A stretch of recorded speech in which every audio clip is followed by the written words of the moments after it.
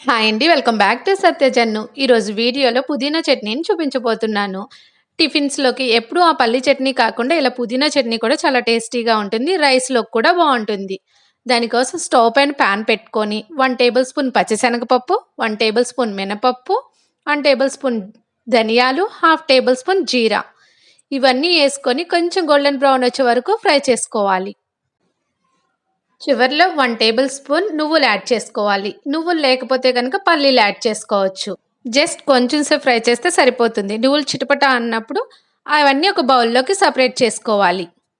అదే పాన్‌లో 2 table spoon oil యేసుకొని, గుప్పుడు పుదీనాని బాగా క్లీన్ చేసుకొని ఆయిల్‌లో యాడ్ చేసుకోవాలి. అలాగే 7, 8 పచ్చిమిర్చి, కొంచెం కొత్తిమీర కూడా. కొత్తిమీరేస్తే టేస్ట్ బావుంటుంది. లేకపోతే స్కిప్ చేయొచ్చు. అలాగే మీడియం సైజ్ 3 టమాటాలు యాడ్ చేసుకోవాలి.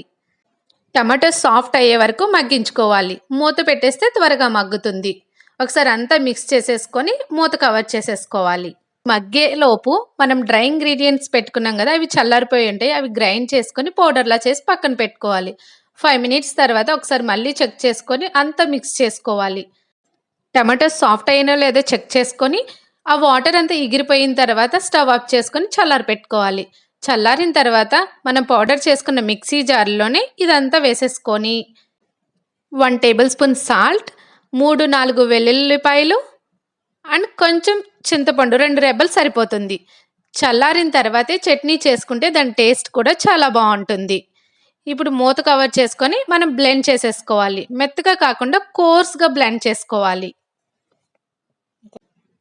చట్నీని ఒక బౌల్‌లోకి ట్రాన్స్‌ఫర్ చేసుకొని, మనం ముందుగా గ్రైండ్ చేసి పెట్టుకున్న డ్రై ఇంగ్రీడియెంట్స్ పౌడర్ అంతా ఇక్కడ యాడ్ చేసుకోవాలి.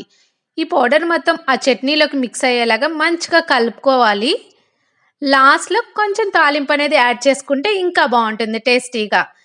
పోపుకి పాన్‌లో కొంచెం ఆయిల్ వేసుకొని ఆవాలు, జీలకర్ర, పచ్చిశనగపప్పు, ఎండుమిర్చి, కరివేపాకు అన్నీ వేసుకొని కొంచెం ఫ్రై అయిన తర్వాత ఈ చట్నీలోకి మిక్స్ చేసుకోవటమే.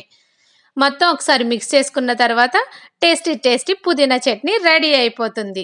ఈ వీడియో మీకు నచ్చితే లైక్ చేయండి, షేర్ చేయండి. ఇలాంటి మరిన్ని హెల్తీ చట్నీస్ అండ్ బ్రేక్‌ఫాస్ట్ కోసం please subscribe my channel. Thank you for watching.